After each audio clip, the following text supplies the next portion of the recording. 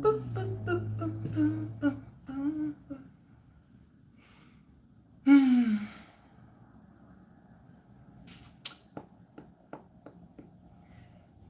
Hello, hello, hello, and welcome to the Soul Alignment channel. Oh man, so I guess I'm gonna wait a few minutes and just let some people roll on in here. But I want to interact for real today because I got some things to talk about, to share, and I want people to share. I want people to interact, okay? Hey, Dale. Hey. Oh, you home? I thought you was still at work.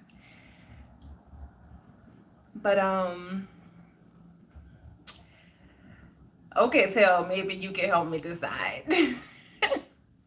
Cause I was sitting here going back and forth. I was like, do I want to talk about something fun and not so much playful, but like magical? And I was like, do I want to talk about my mediumship journey, my magical experiences I've been having?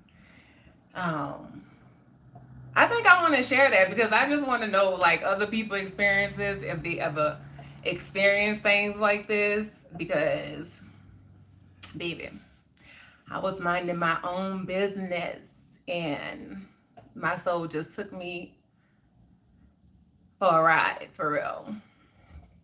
So, um yeah, I think I want to talk about that. I want to talk about those things.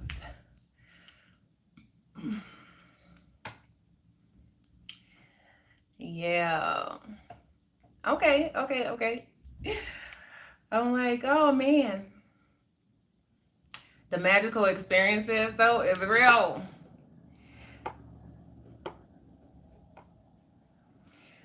Hmm. What should I start with?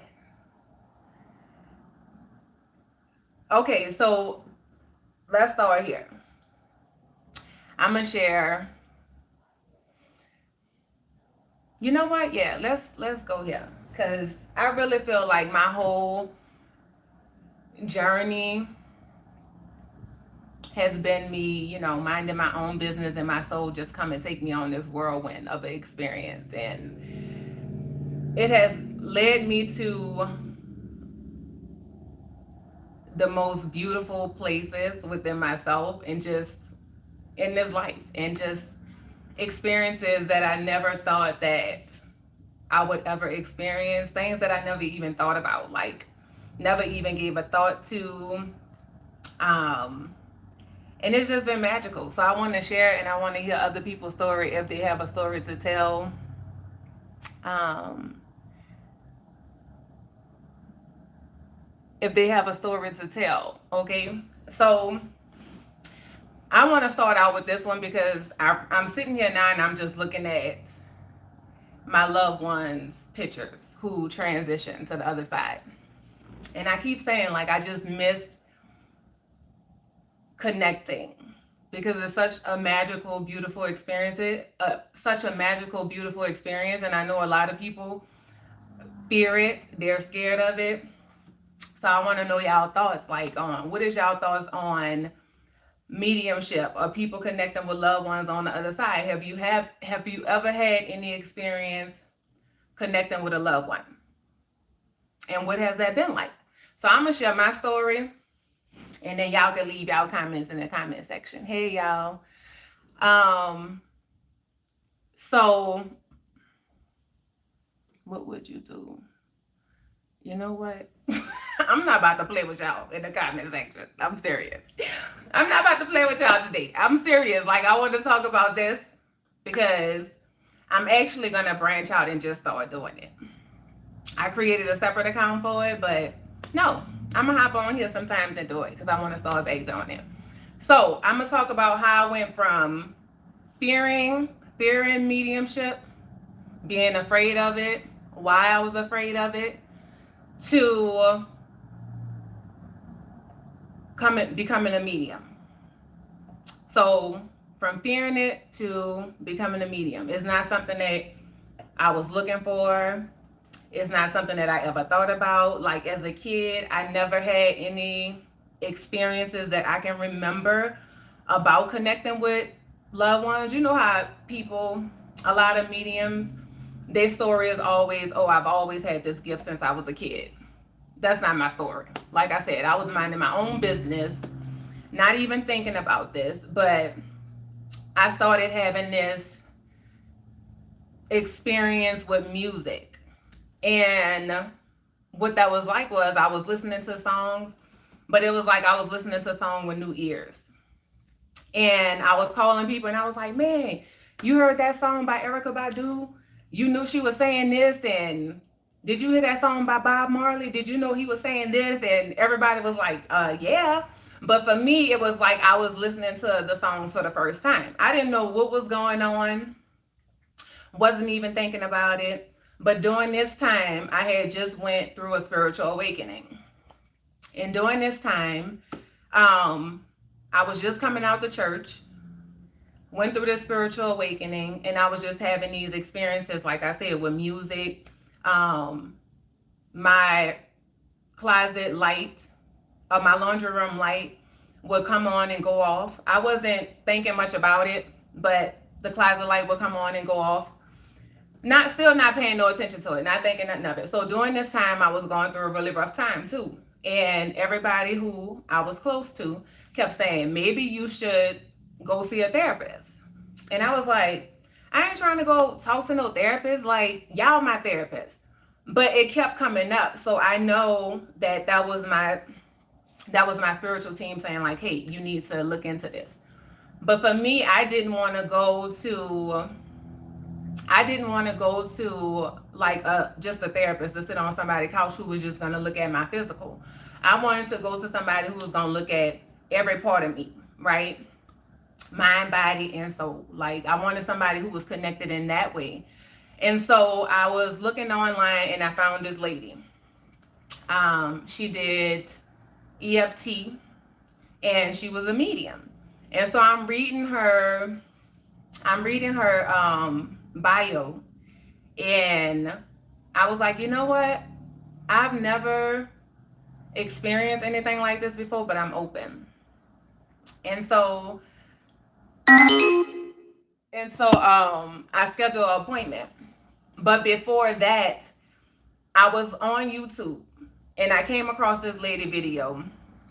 Her name is Mama Ella. I never forget. I came across her video and she was like, oh, hi, I'm a medium. I talk to loved ones who transition to the other side. And I was like, what? This lady just said she talked to dead people. So I clicked off the video. And when I clicked off the video, it was like a voice said, why are you scared? And I stopped and I was like, why am I scared? And I realized I was scared because of the projections that was put on me when I was young. Like, and then especially if you grew up Christian, right? It's like, oh, that's demonic, is this, is that. But I've always been told, and of course we all have always been told, like, oh, your loved ones are always with you, they're watching over you, all of these things that people say just for comfort. But I found out that it's real. Like, our loved ones are always with us and they do communicate with us. But if you're scared, it's not like they're trying to scare you or freak you out. You know what I'm saying? You have to be open to receive messages, and how those messages are going to come through can be in so many different ways, right? My grandmother liked to come visit me in butterflies. My nephew came and visited me through a grasshopper. You know what I'm saying? It's so many different ways that they communicate. They communicate with music. They can communicate through playing with your lights. You know what I'm saying? A lot of people scared of it, but hey, I guess I'm here to just show you ain't nothing to be afraid of. So I watched that video. I went back and watched the video and I just listened to her talk. And then I was like, you know what? I'm just going to do a reading, because why am I scared? This fear ain't my fear. You know what I'm saying? So it was like I was being called to it. I didn't go digging for it. I didn't go looking for it. I was called to it. So I did a reading with her. And in this reading, my cousin who passed away came through. And so I'm talking to this lady, and first of all, I'm like, first of all, she don't know me.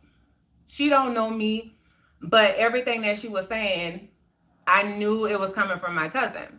So after that experience, I was like, okay, I'm not afraid anymore. So then I connected with the lady who do the EFT. I went to see her, and I got there. I didn't know what to expect.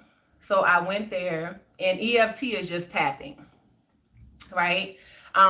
Releasing emotions through EFT, which is tapping different parts of the body to release energy. I'm probably not explaining it right, but I went to see her, and as I'm there and she's working on me, she connects with my brother, and she's like, "Do you have a brother?" And I'm like, "Yeah." She was like, "Do you have a sister?" I said, "Yeah." And she was like, "Okay, so your brother's here." My brother passed in 2007. So I'm just laying there. Like I said, my heart was open because I'm no longer afraid. I've already had one reading done, so the fear is gone. So I'm laying there, and she's like talking to my brother, and the way she interacting with my brother, I'm like, this lady, like, she's talking to him like if he was here, you know. So she laughing. She's like, "Oh my goodness, he's so funny." And somewhere down the line in the session, she was like, "Oh, your brother keep doing this," and she clapped her hands and she rolled her hands like this. And soon as I seen her do that, I just started crying, because my brother, every time he talked, that's how he talked. He do his hands like this. "Yeah, man, what's up, homie?" You know what I'm saying? Like, that's, he always did that. So when I saw her doing that, I just started bawling. I was like, "Oh my goodness, like, this is real." Like, I kept having that "this is real" moments.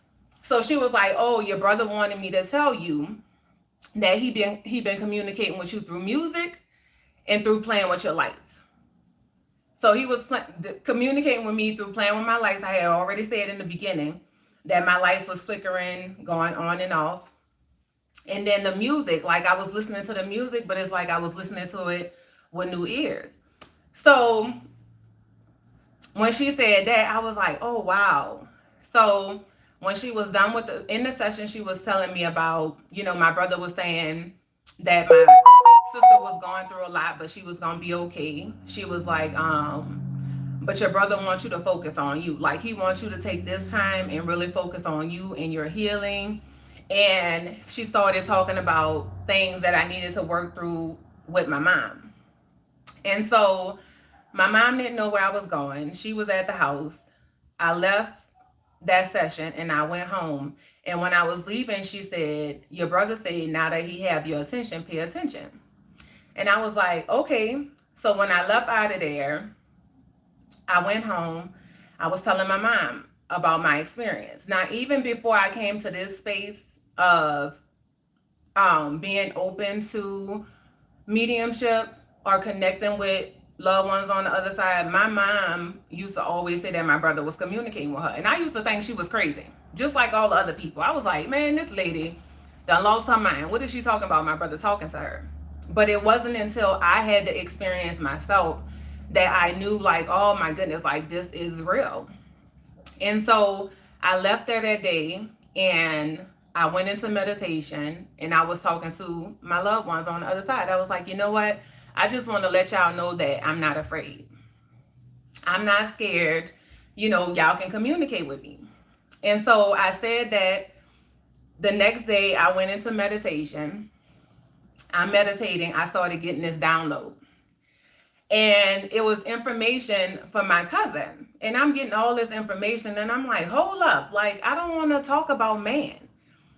I want to talk about me. Like, what do I need to do about this situation? But I'm getting this information, and I say download because that's what it's like. Like, you're just getting this information that you know is not coming from you. And so I get up, I call my cousin. I'm talking to him, and I'm telling him, like, "Hey, I got this message when I was meditating. I was told to tell you, like, you're in the right space. Everything is going to work out." And I'm just giving him the message that came through. And he was on the phone. He started crying. He was like, "Man, cousin, I needed to hear that. I was up all night praying because I didn't know what to do." So in that moment, I was like, "Oh, shoot, like, this is crazy."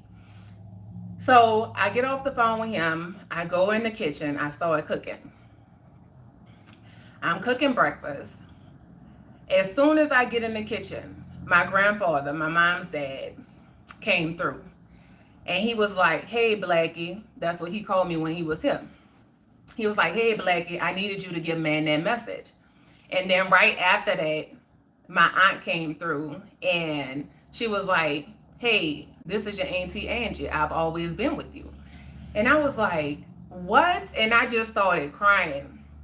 And my mom was like, "Girl, what the hell wrong with you?" And I was like, "I just heard Papa and my auntie talk to me."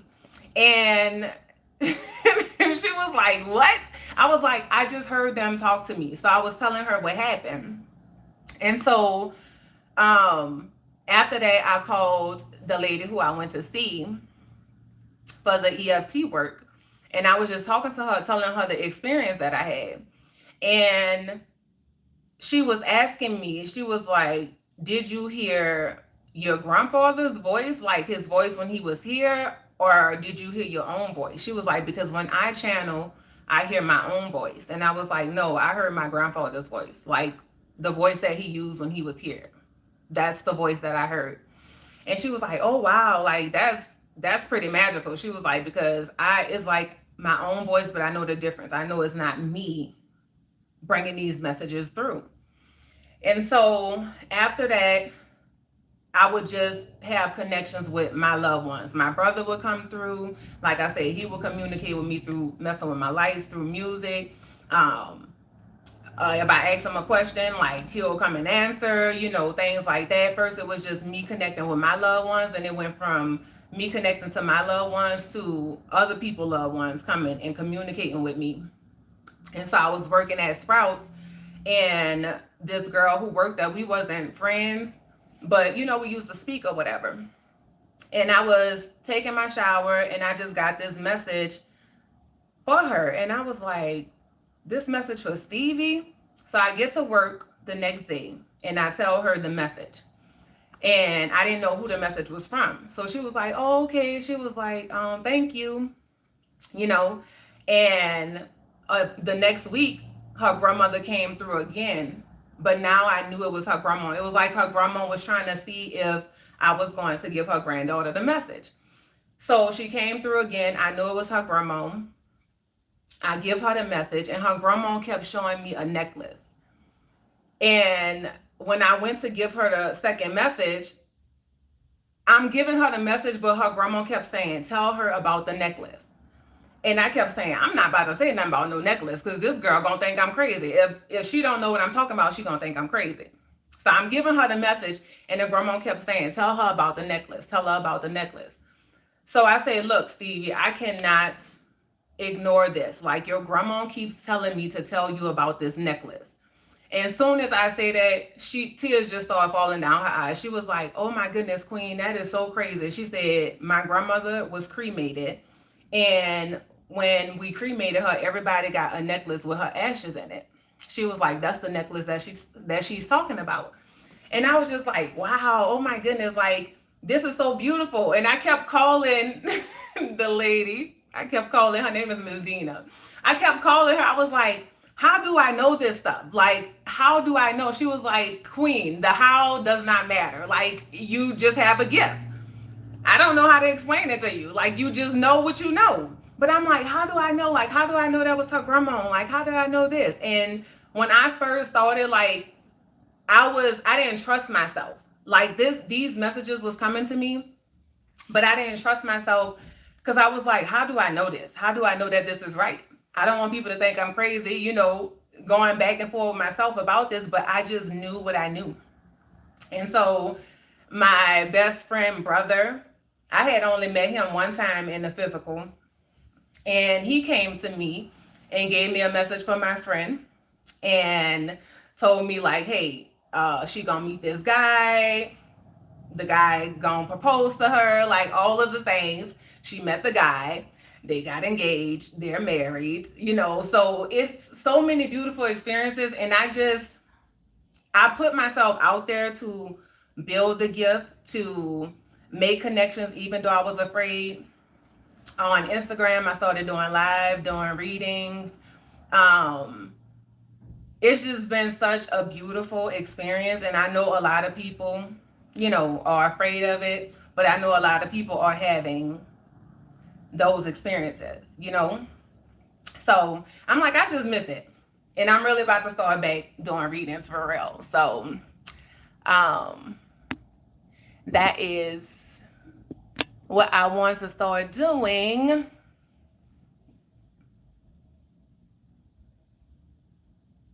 What? Oh man, like people are hilarious.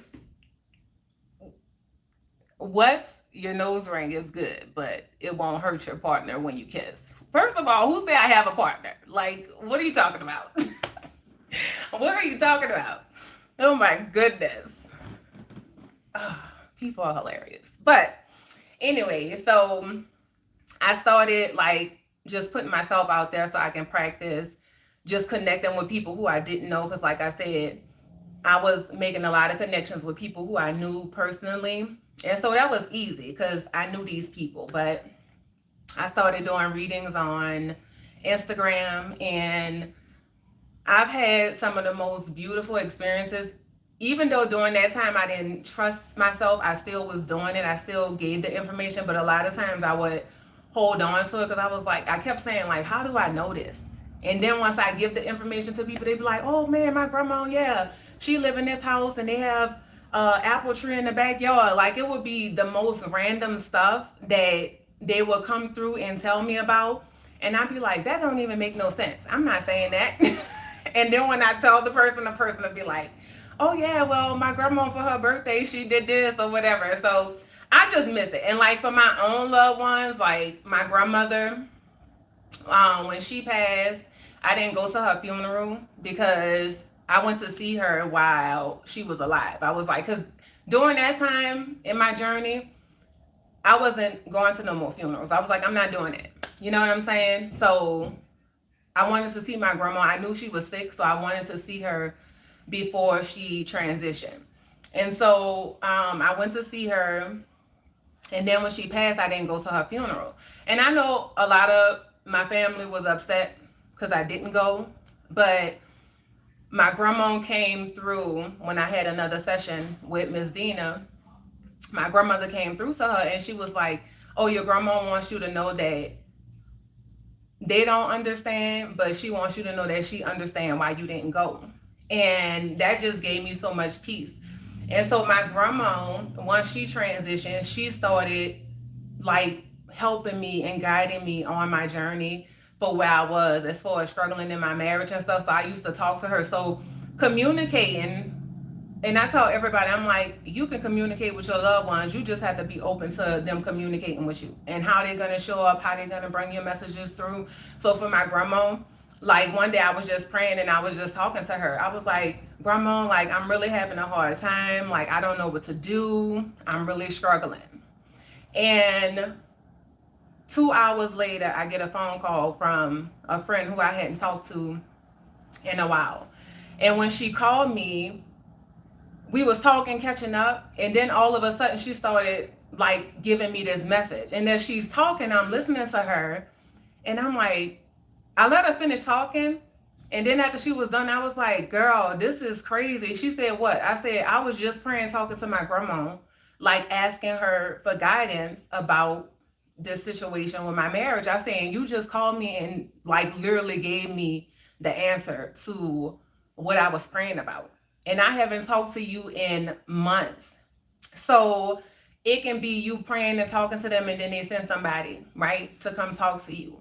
Are you praying and you talking to them and then a song come on, their favorite song? Like, it's not a coincidence. There's no such thing as coincidences. And if you're afraid of it, then why are you afraid is the question. Hello, hello, hello to everybody entering the chat now. And the question is, if you're afraid, why are you afraid of it? Because I used to be afraid of it too. But I had to ask myself, why am I afraid?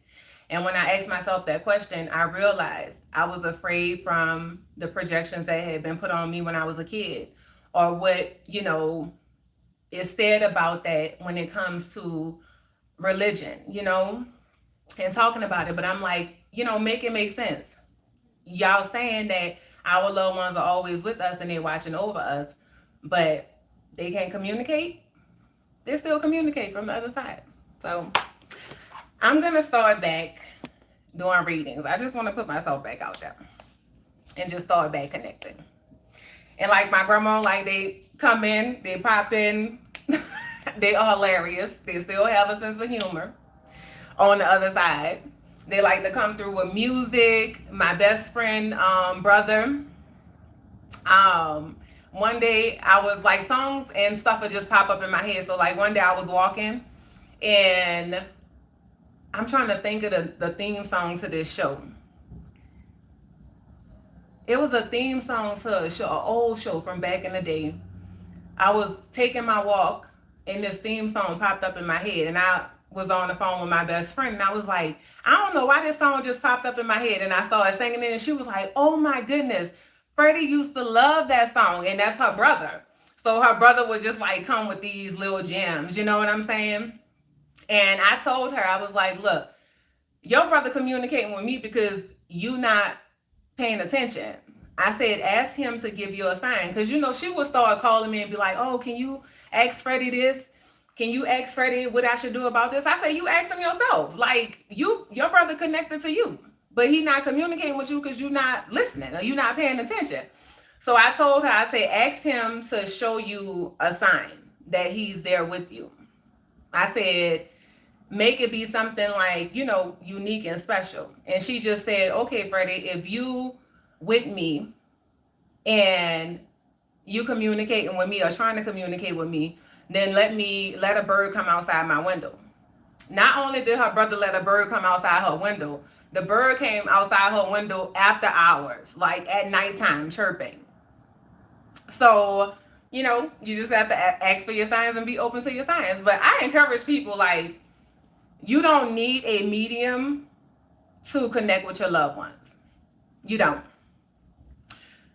If you ask them a question, ask for a clear sign. Like for me, I tell my grandma, come visit me in the butterfly.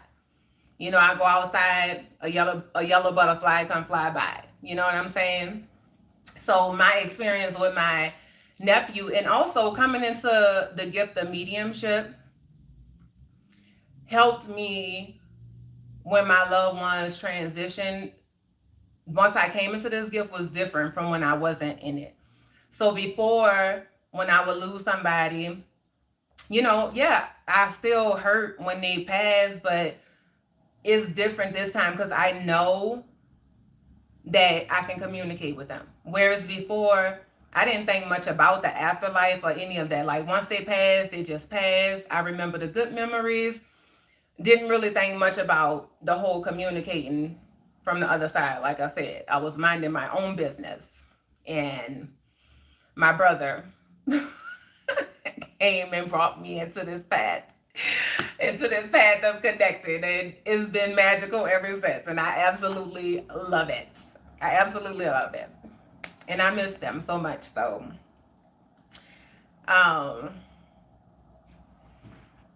I just joined. I don't have no idea what we're talking about. You're violently afraid of Christians who tell me that I should be happy with the Bible. What? I don't know if you're still in here, but I was just talking about my gift of mediumship.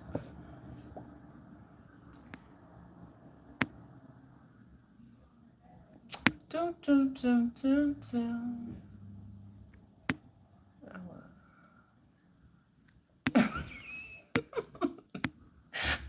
I can't. I'm still laughing at them. But my whole journey has been like me just minding my business and my soul come and be like, hey, it's time to go this way or it's time to go that way. But I've been just having magical experiences. Like my mantra now is I'm a magical being, having magical experiences. And that is my life, right? I was meditating one day and I was like, okay, universe, I want to experience you in a magical way, right? I didn't know what that was going to look like, what the experience was going to be. I was just open. My heart was just open to experiencing the magic. And so I was getting ready to go on a walk with my friend, and it was getting looking like it was going to rain. So I called her. I was like, hey, you still want to go on the walk? She said, yeah. So I'm walking to go meet her, and I look up in the clouds, and there was this big heart in the clouds. And I was like, oh, look, a heart. Not thinking anything of it, just going about my business. So me and her start walking, and we go the same way all the time. So we turn the corner, and I look, and I see this bush. And I was like, that bush, and before I can finish, she was like, it's in the shape of a heart. And I was like, oh my goodness, like that's my sign. I asked the universe to experience it in a magical way, and that's my sign. I done seen 2 hearts since I meditated. So then I was working at Sprouts, and I went to go get some sandwich meat. And the girl, I wanted the Chipotle chicken, but they didn't have it. So she was like, oh, we have buffalo chicken. So I was like, oh, let me try it. So she sliced the meat, and when she gave it to me, I looked at it on the paper that they put the meat on. I looked at it, and it was in the shape of a heart. So I looked at it, and I was like, this is crazy. And she said, what? And I picked it up, and I bit it, and I was like, that meat was in the shape of a heart. And she was like, for real? And so I was like, shoot, I should have took a picture. But I had done already ate the meat, but the paper had the heart shape on it from the buffalo chicken. So I took a picture of that. I was like, oh my goodness, like I've been seeing hearts all the time. But this blew my mind, first of all, because I go get deli meat all the time. The machine is not in the shape of a heart. So I was like, oh man, like this is magical. When I tell y'all, I've been seeing heart-shaped just things for almost 7 years now. Like when I go buy grapes, I'll have a heart-shaped grape in there. I went to the store, and I wasn't even buying plums. I think I was shopping for somebody doing like Instacart or something. And I was in Target, and I looked at the plums. I seen a heart-shaped plum in the middle of all the plums. And I was like, oh, I have to buy this. And it's just always food, which is so funny. And I tell people, y'all don't think the universe have a sense of humor, but they do. Y'all don't think your spiritual team have a sense of humor, but they do. Okay, they are hilarious. And they use food for me because I'm a foodie. Like I love food. I love to eat. I went to get a breakfast bowl from Chick-fil-A, and my Chick-fil-A bowl had heart-shaped chickens in it. I went to buy ice cream one day at the store, and the ice cream had a heart on the side of it. Like I'm eating my ice cream, butter pecan, and one of the pecans is in the shape of a heart. Like it is so magical. And like I said, it can be whatever, right? I was running my bath water, and I walked away, came back, the bubbles was in the shape of a heart. My son dropped some brownies on the floor, stepped on it, it was in the shape of a heart. And then I was making pancakes. So I was making pancakes one day, I'm making breakfast. I flipped the pancakes over, and they had a heart in the middle of it. So my kids, of course, they experiencing this because I'm showing them every time it happened. So my oldest son, the next weekend I was making pancakes, and he came in there and he was like, I don't see no hearts, trying to be funny. As soon as he walked away, I flipped the pancake over, the heart was right there. He came back, he said, no man, ain't no way. So I have all the pictures of all the hearts, things that I see all the time. I'm gonna post them on a short video so y'all can see them. But I was trying to find the pictures that I printed out, but I couldn't find them I wasn't about to dig through all those pictures. Like I have so many pictures in there. I was like, I'm not about to dig through all that. But people always ask me, like when I share that story, I always ask people like, do you believe in magic? And they be like, I don't know. And I'm like, well, let me share my magical experience with you. And they be like, well, what do you think that means? Like, what do you think it means? I say, well, to me, when I think about the universe, right? God, the divine, whatever you resonate with.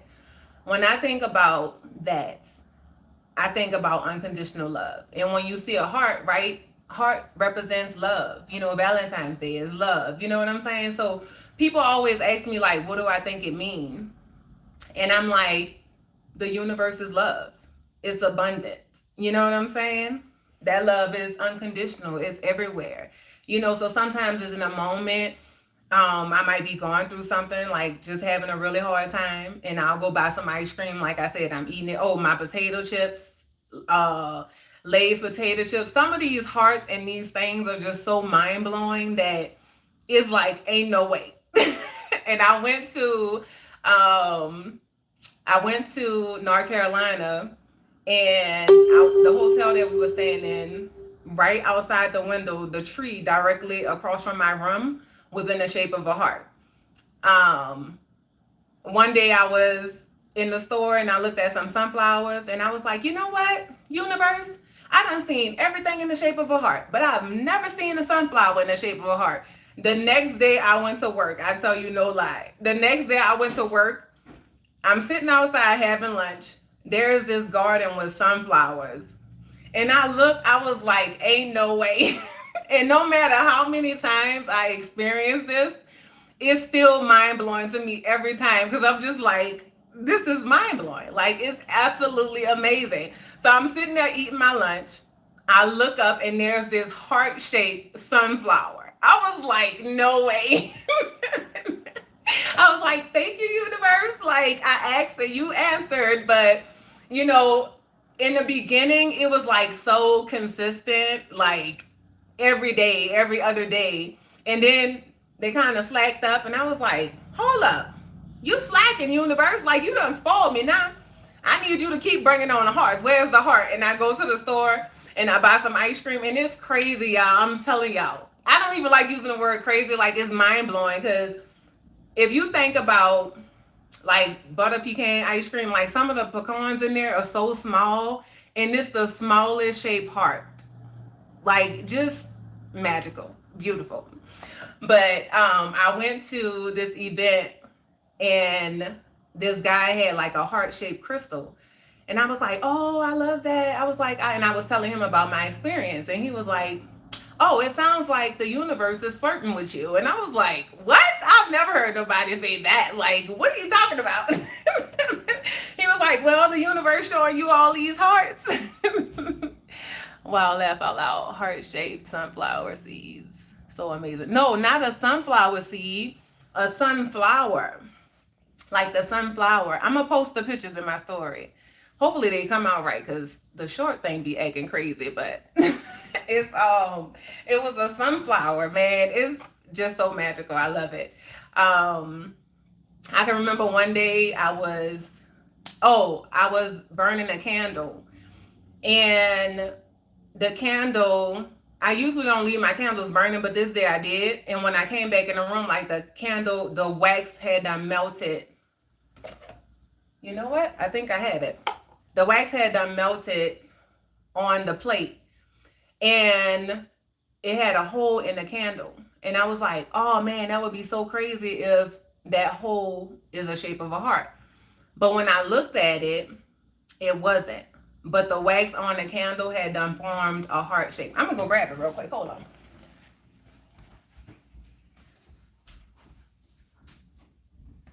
Where is it? Can I find it?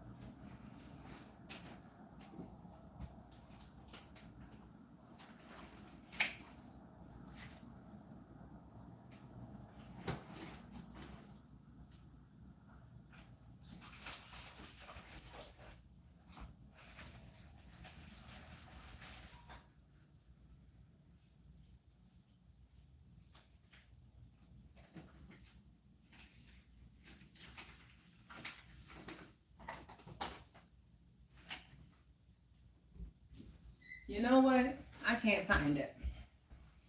I thought it was in reach, but it's not. So I'm gonna post the pictures. I wish they had a way where I can share my screen on here and show the pictures from there, but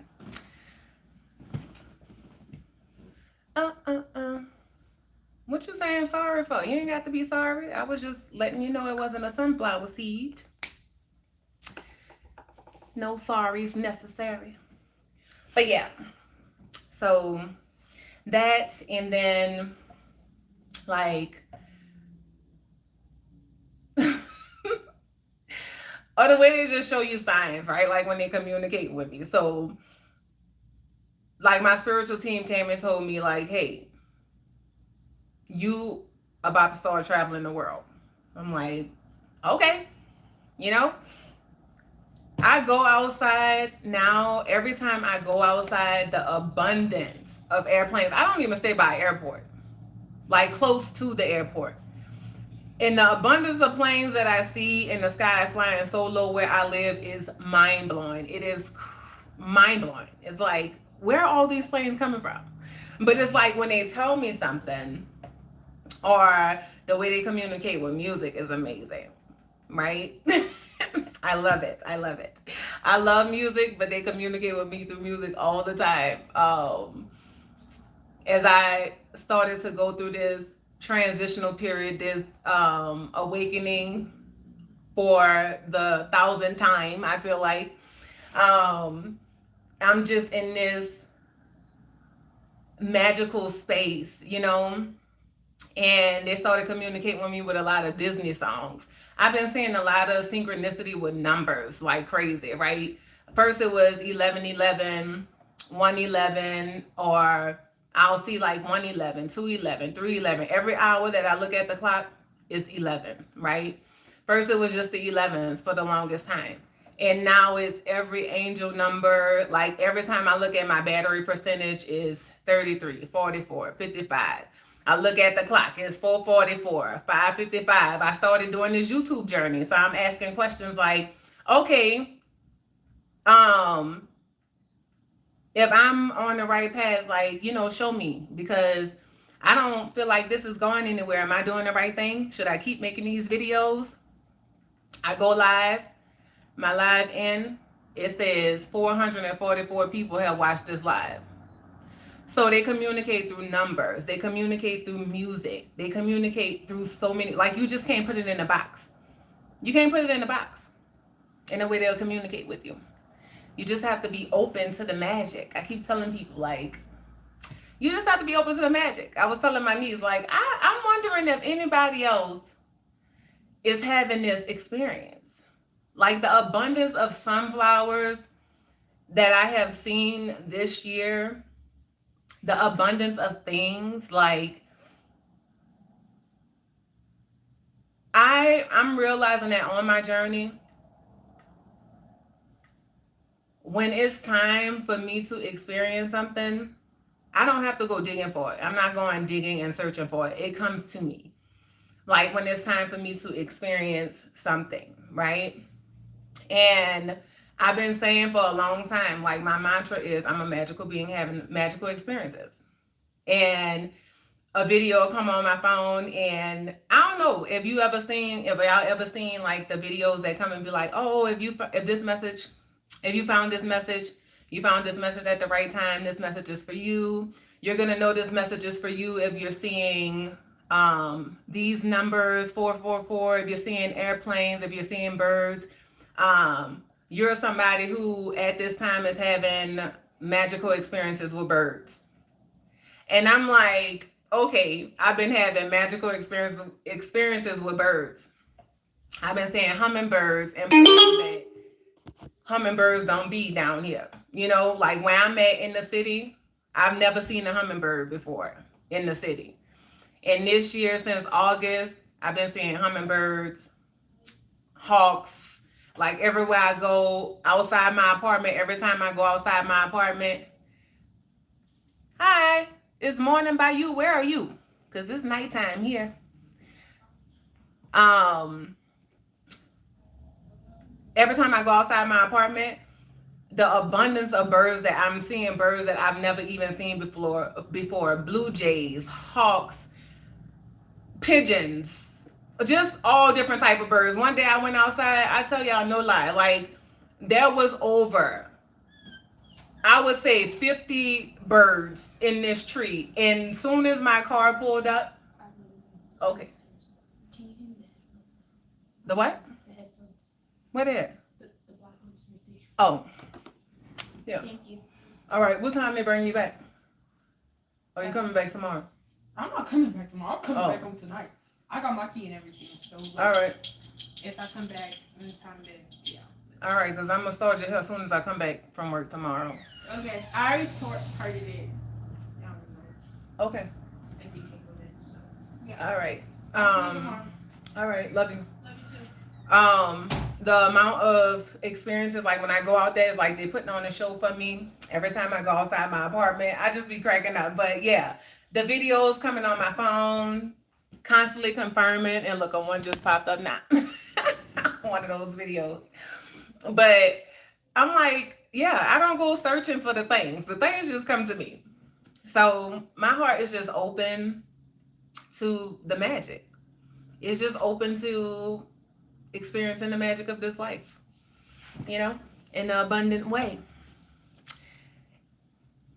And like my spiritual team came, it was like, look, you have entered your era, your timeline of abundance. And the abundance of things that I've been seeing, the abundance of planes, the abundance of flowers, the abundance of birds, like just abundance everywhere. Everywhere I go. The synchronicity in numbers, right? The angel numbers like crazy. I was having a hard time. So let me tell y'all, like when I'm struggling, and it's like this time around, in this time and space that I'm in, my spiritual team is not letting me get down on myself. They're not letting me waver on what I know, right? Because we're human. So you have the doubts, you have the fears. But when those things start to happen, I'm telling you, like in the moment, like I may have a moment of doubt. Like, is this going to really happen? And soon as I say that, I look at my phone and it's 2:22. I was having a hard time last week. And I went and took my daughter to her appointment and we was coming back home. And we driving and I look up at the gas station sign and I'm like, ain't no way. I was like, ain't no way. Is anybody else seeing this? Or am I the only one seeing this? I looked up at the gas station sign. The gas station price was $7.77. And then the other price was $4.44. I was like, first I looked and I was like, first of all, gas is $7.77. And I was like, ain't no way. And then I knew it was a sign for me, but I was looking at it and I was like, did anybody else see those prices or did they see the regular prices? And I'm the only one who's seen that 777 and that 444. So I leave, I go home. In that moment, it lifted my spirit because I was like, okay, y'all just confirming, right? I get home, this video pop up on my phone. This message is for you if you've seen 777 or 444. And I'm like, okay, this is mind blowing. So the next day, we in that area again. I said, if that gas station sign has changed, it's going to blow my mind. Like I already knew that it was going to be different, but I still said it. We got up there, the gas station prices was back to normal. I was like, you know what? It's the magic for me. It's the magical experiences. Like you just cannot put in a box how they're going to communicate with you. How these signs are going to show up.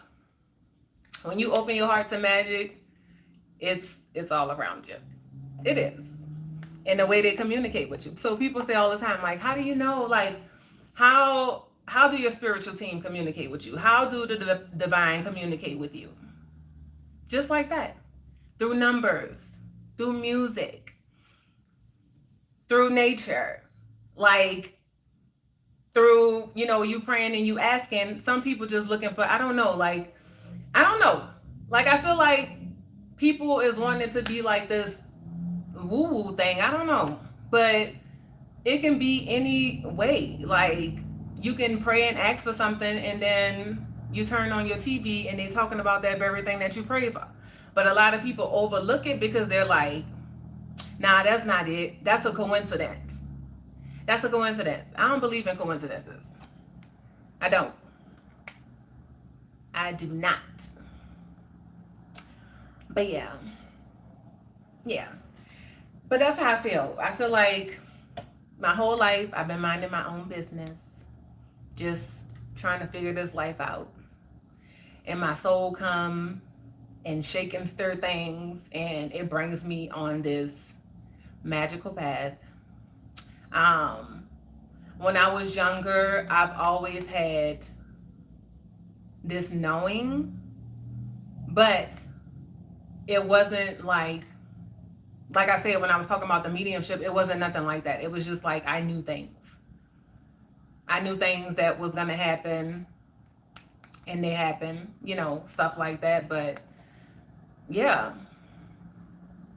now I'm just in this space of knowing. Like, I don't know everything. I don't have it all figured out.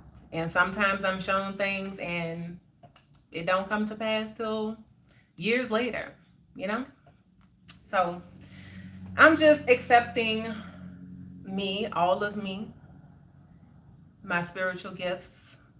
Some people call it weird. People have their labels and the things that they want to put on it. Call it what you want. And look at this right now. 1 view, 11 likes, so 111, angel number.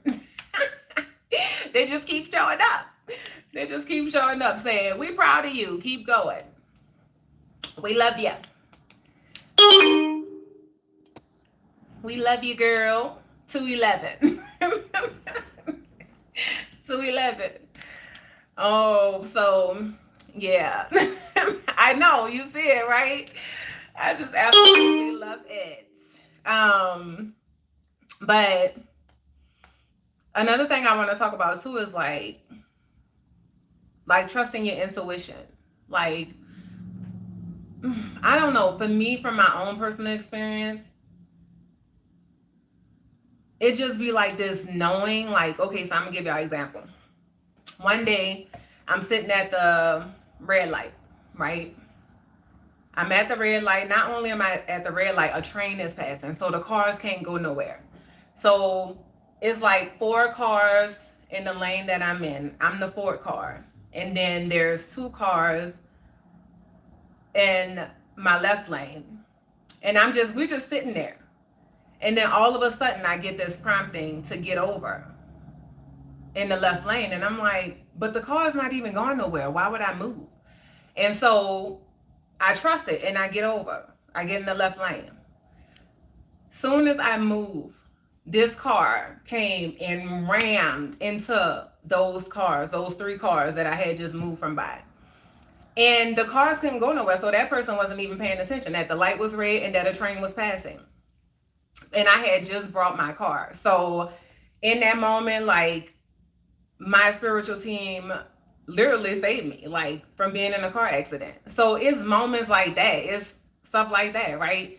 You driving. You always go the same way every time. And all of a sudden, people say something told me. So that's your intuition. Something told me to turn right. You turn right.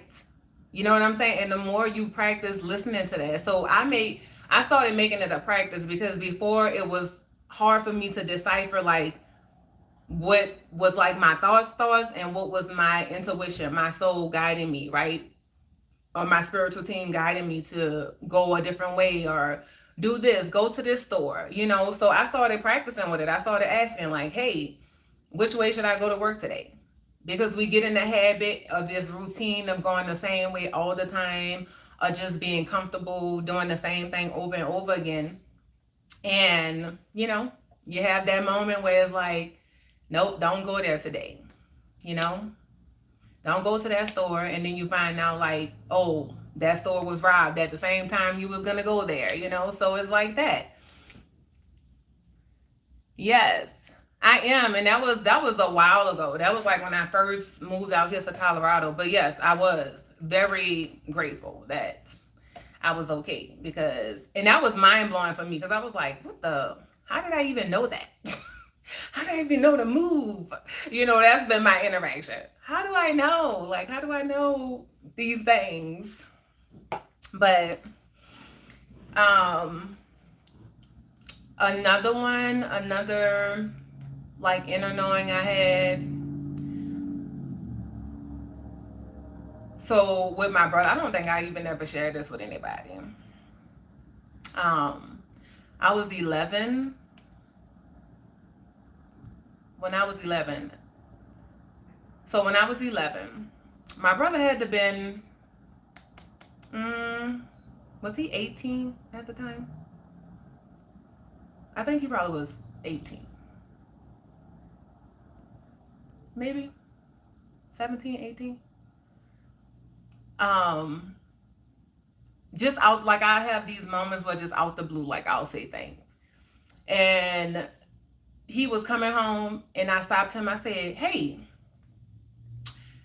everybody think that you gonna get shot. Like everybody think that that's how you're gonna pass. I was like, but that's not how you're gonna pass.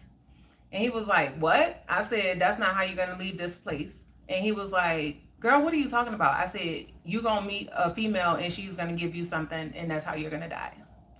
I was 11. My brother looked at me and he said, girl, go sit your little ass down. What are you talking about? And I just walked off like it wasn't nothing. And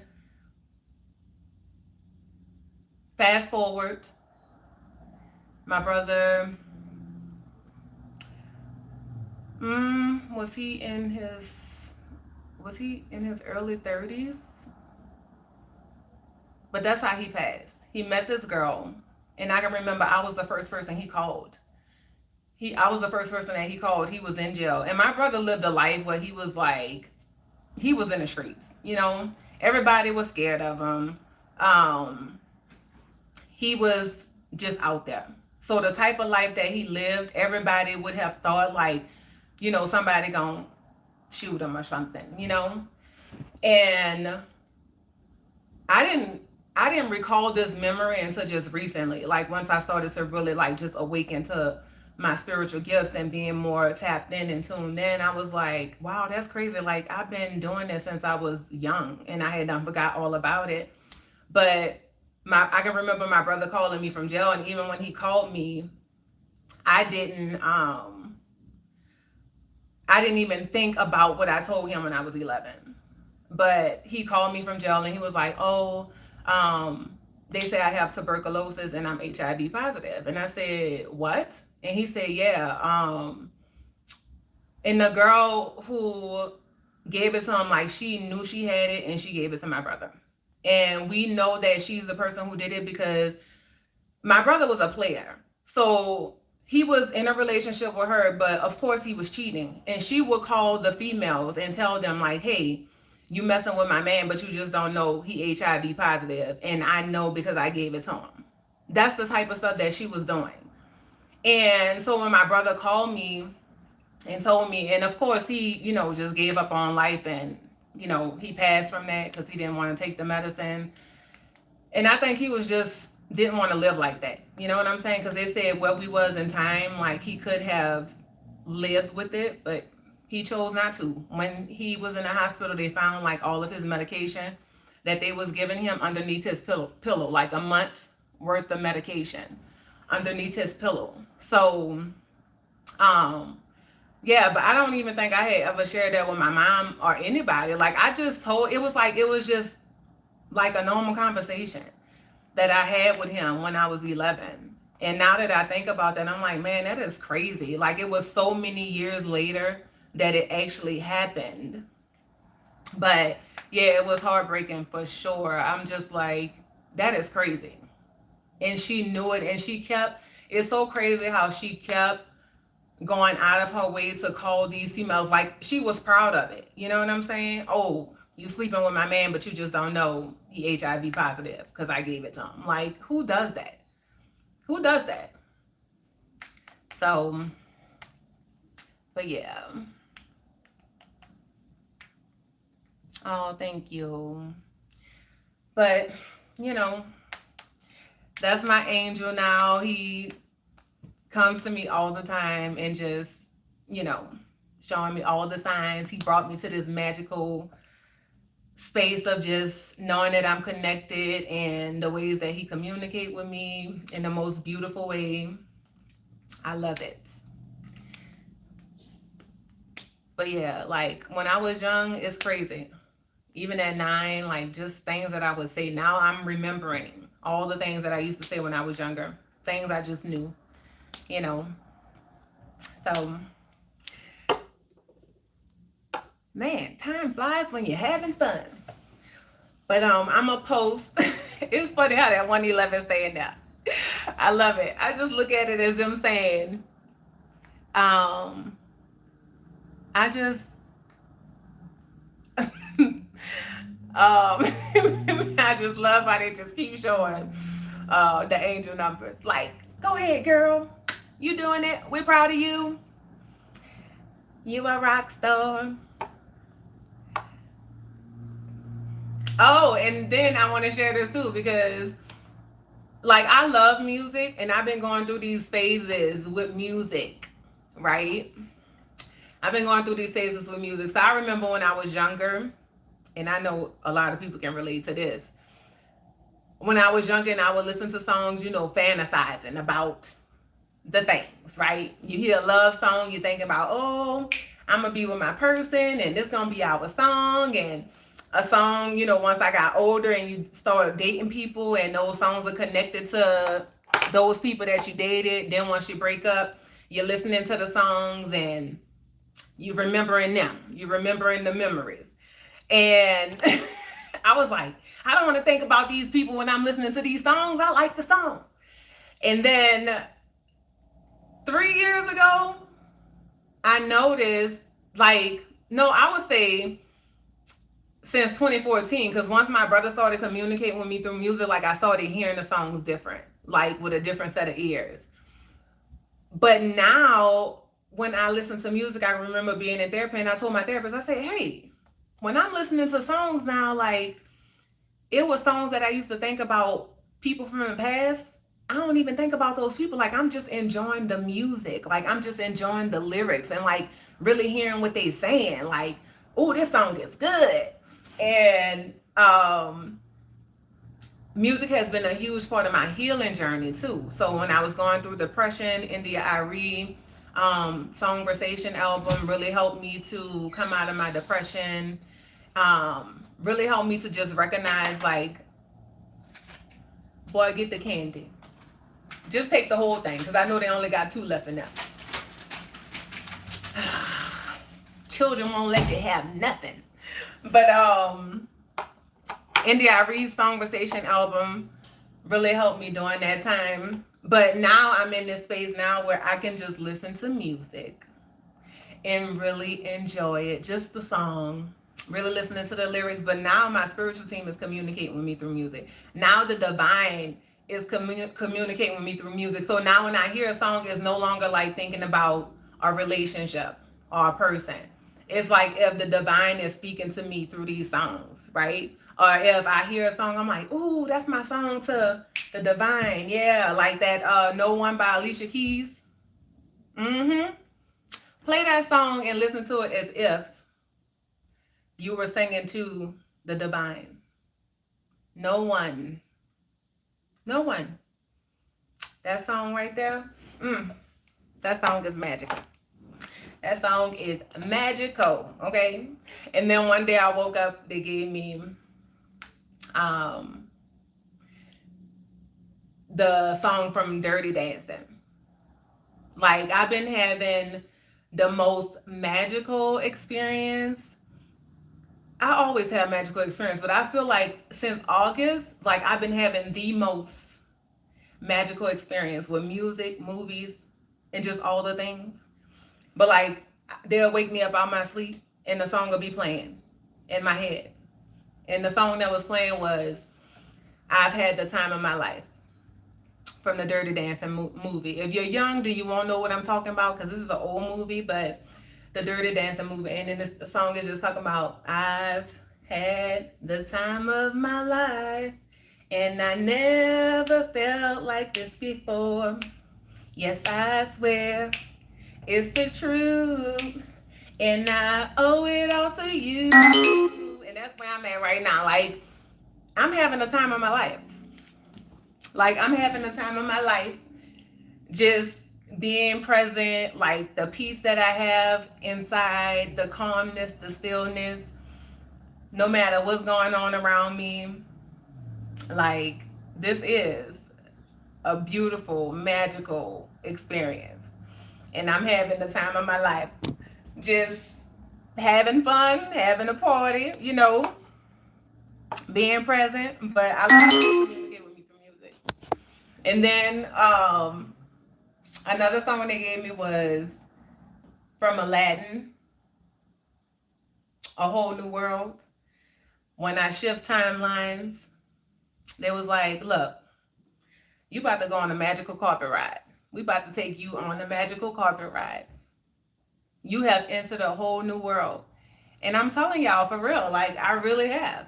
I feel like when I go outside, the experience that I'm having, I literally sit back and be like, is anybody seeing this? Like, is anybody witnessing this?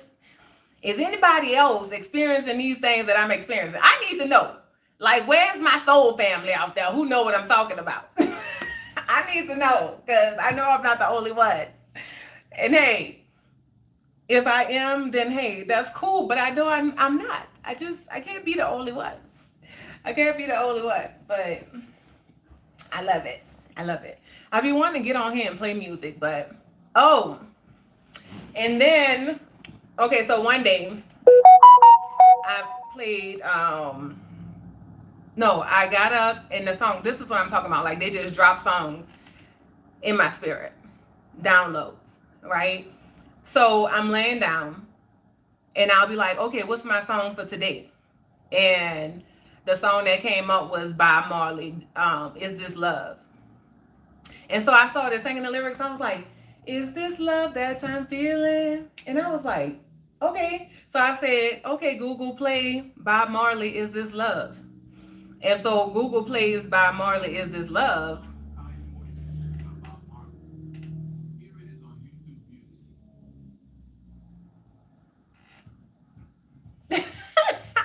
Google just played the song. Okay, the song played. So the song came on and the lyrics, like I said, I'm listening to it with new ears. I'm listening to it as if I'm singing this song to the divine.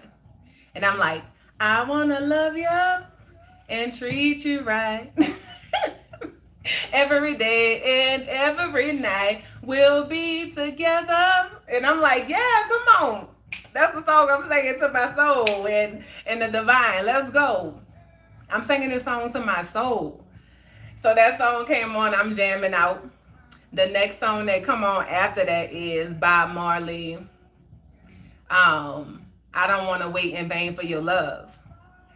So I played this with my niece because I was like, when that song came on and I started listening to it, I was like, I don't want to wait in vain for your love.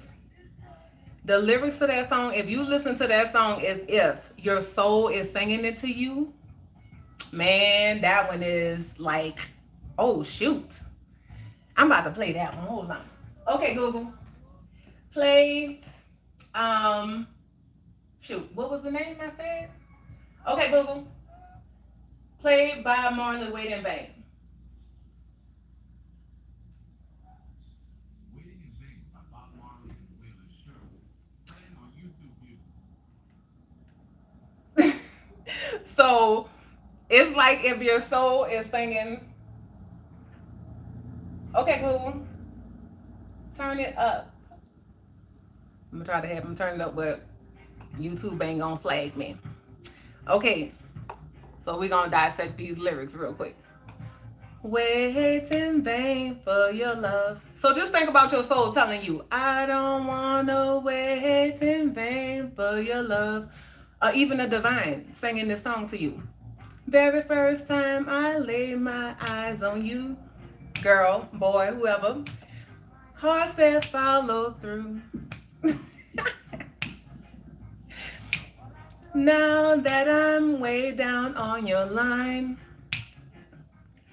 but the waiting feel is fine. So he said, I know that I'm way down on your line. Like, meaning, okay, so let's say if your soul was singing this to you, right? Or if the divine is singing this song to you, and the divine is saying, I don't want to wait in vain for your love. Your soul is saying, I don't want to wait in vain for you to show up and be present with me, to trust me. You know what I'm saying? To get into alignment. I know I'm way down on your line, which means everything else you putting before the divine, you putting before your soul. You're listening to all the outside voices. You know what I'm saying? And your inner voice, your soul is speaking to you every day. But it's last on the list. You ain't trying to hear it. It's like, I'm way down on the line, but the wait and feel is fine. Like, I'll wait. Your soul saying, hey, I'll wait for you. I'm going to be right here. Because guess what? When everything else fell, the divine saying, when everything else fell, I'm going to be right here. You know? So don't make your soul wait in vain for your love. Don't make the divine wait in vain for your love. Like, no. Don't treat me like a puppet on the string, because I know how to do my thing. When I heard that part, I was like, ooh, don't treat me like a puppet on a string. So that means that, right, the only time you go to the divine is when you in trouble, when you struggling. You know what I'm saying? When everything going good, you ain't thinking about it. You good, right? Everything going good in your life. So don't treat me like a puppet on a string. Your soul saying, look, I have all the answers. I know exactly where you're supposed to be when you're supposed to be there. So don't treat me like a puppet on a string. Don't tap in sometimes. Tap in all the time. Listen to me all the time. Because I know how to do my thing. I know what you came here to do. I know the lessons that you came here to learn. But you're going to learn some unnecessary lessons because you're not listening, or you just tap in here and there. No, tap in all the time. Seek me all the time. Get quiet so you can hear what I'm saying. It was so good. It was so good. Don't talk to me as if you think I'm dumb. What? Hold up. I'm telling y'all, you have to play this song for yourself and listen to it with those ears. Huh? I can buy it. Oh, that's cool. It's nice to see that you have some pieces. Listen to it as if your soul is singing the song to you. I'm telling you, it's so magical. I want to know when you're going to come. I want to know when you're going to start trusting me. But I don't want to wait in vain for your love. I don't want to wait in vain for your love. I don't want to wait in vain for your love. 'Cause it's, yeah, I'm still waiting there. And I'm still waiting there. Your soul saying, I don't care what you done been through.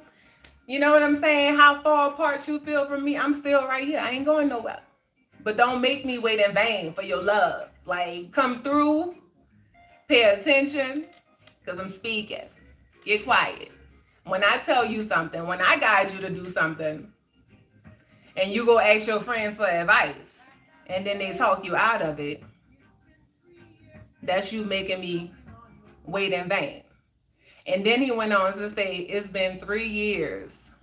So just think about how long you may have felt disconnected from yourself, disconnected from the divine.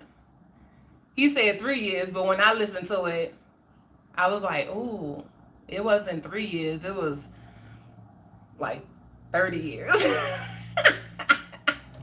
That was a long time. He said 3 years, but it was 30 years. Like, I was disconnected.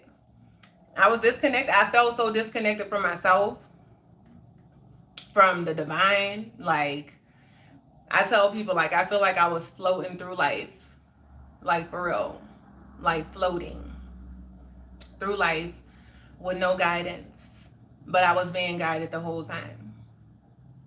I was listening and trusting and not knowing that I was listening and trusting.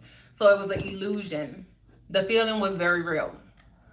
But when I look over my life, I'm like, oh, wow, like that time when I just got up and prayed that prayer, like, hey, if this is not where I'm supposed to be, then show me.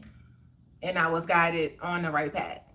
So, I've had these moments in time, like, even though I felt disconnected, I would have these moments in time, like I said, where I'm minding my own business and my soul come and shake things up. Like, no, it's time to leave this job. It's time to go here. Like, I wanted to be a phlebotomist. And, well, I wanted to be a pediatric nurse, but I was going to go to school to be a phlebotomist first. So when I graduated, I was getting ready to register for this phlebotomist class. And I was just guided to, like, pray.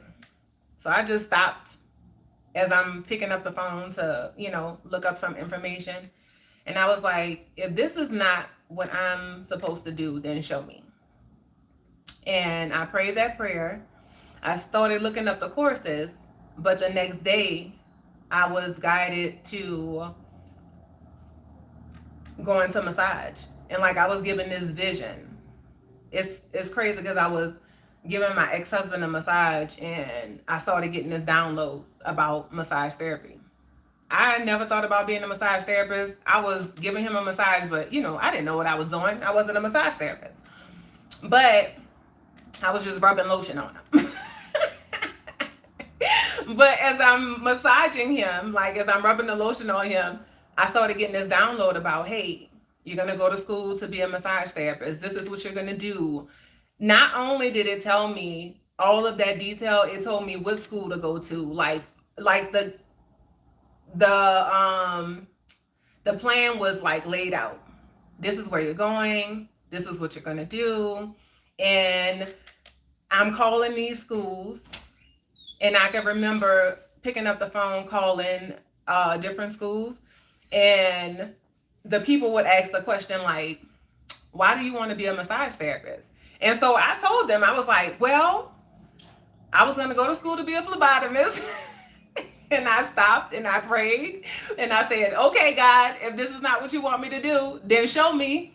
And I was guided that I was going to be a massage therapist.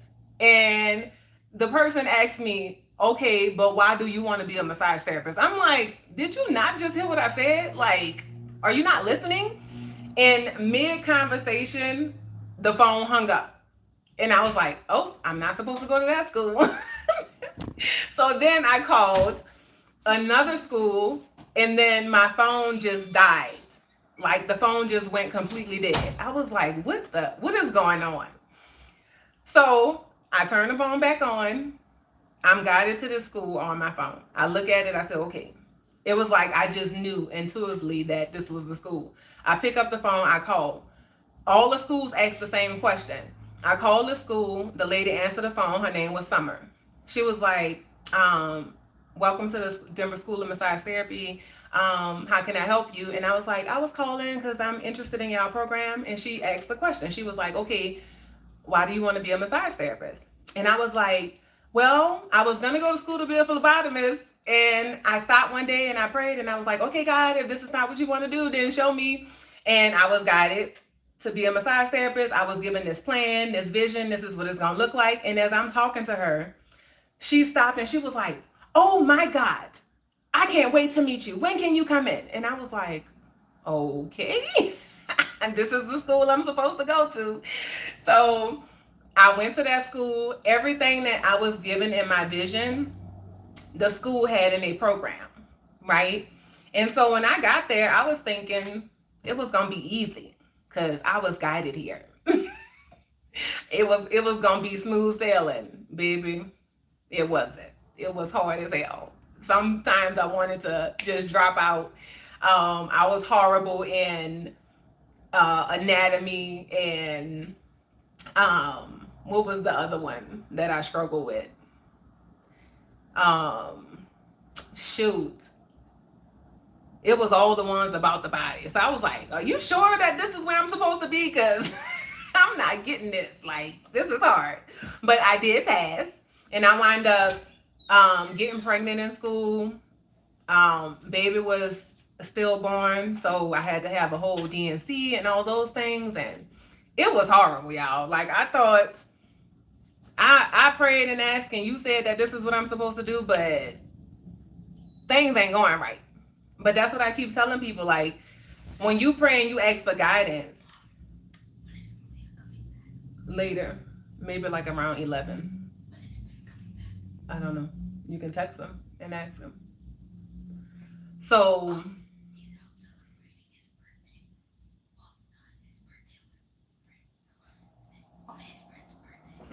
so he probably not coming back till late either.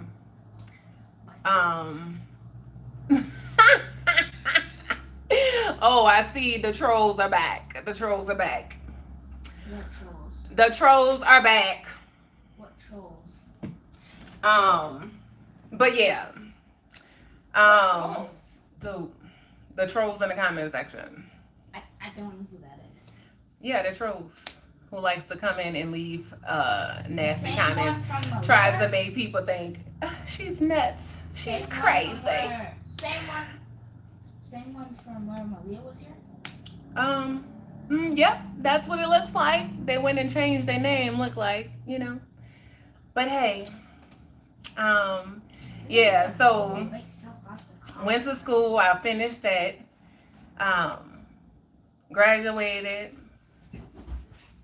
had a hard time getting my, a hard time with getting my massage license.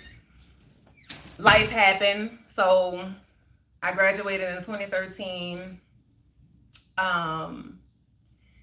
and I wound up getting pregnant again, had the baby, decided to be a stay-at-home mom, take care of him. So I was out of school for so long that when it was time for me, or when I decided I was gonna go back and do the massage license thing, I felt like I had been out of school so long, I needed to go back to school.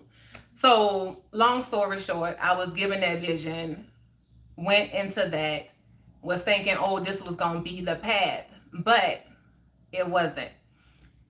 But the things that I learned there and being in massage school opened me up to the natural side of healing, like healing through massage, Reiki, energy work, like all of those things. So it took me on a totally different path where I was thinking in my mind, like, oh, this is set in stone. This is what I'm going to do. And through that, it guided me to what I'm doing now, which is a assistant stretch therapist.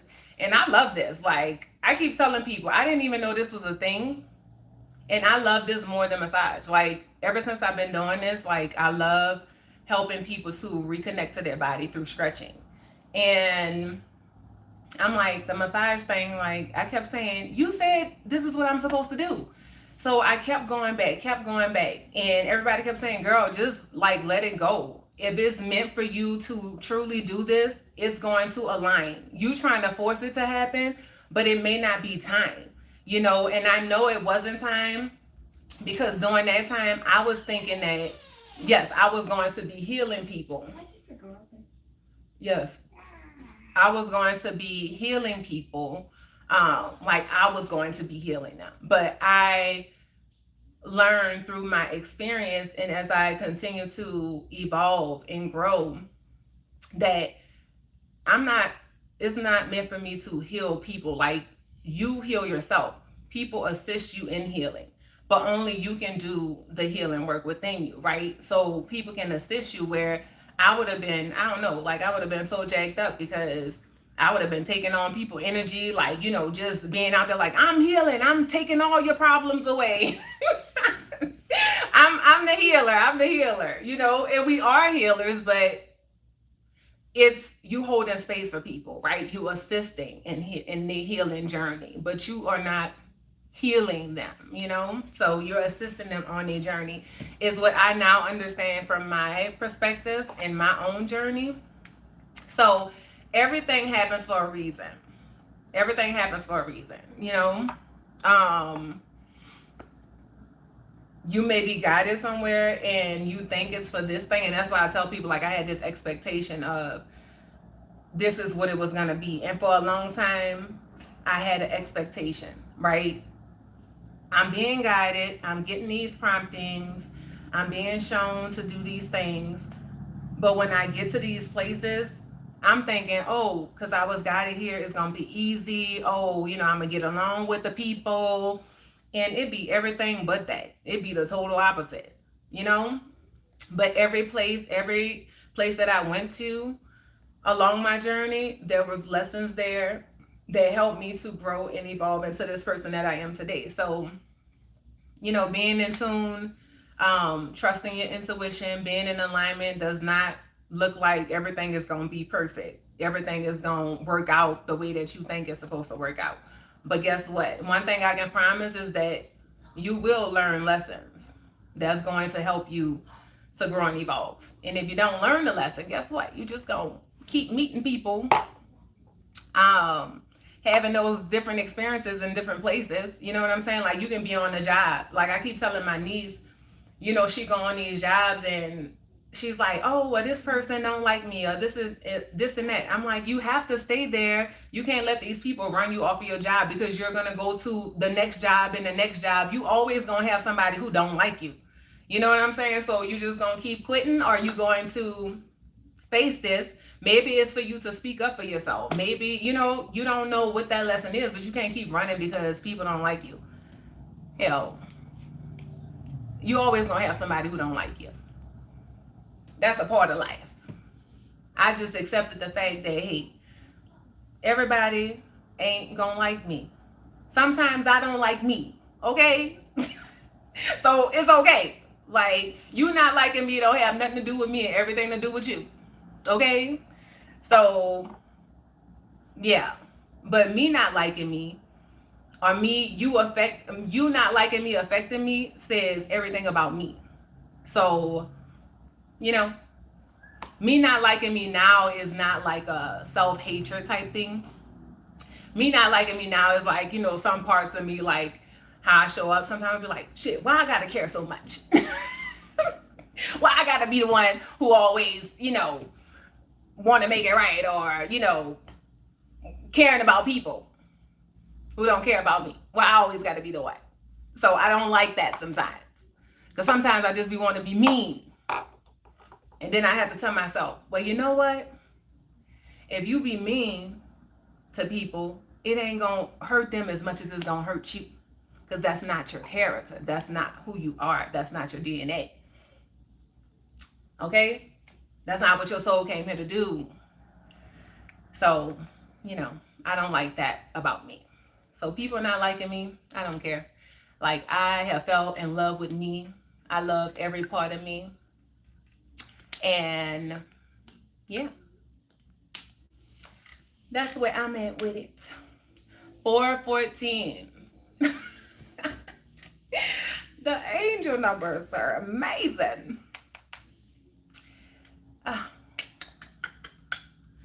So yeah, we done got away from the song. But that Bob Marley, don't make your soul wait in vain. Okay? Don't live your whole life being disconnected from yourself. Okay?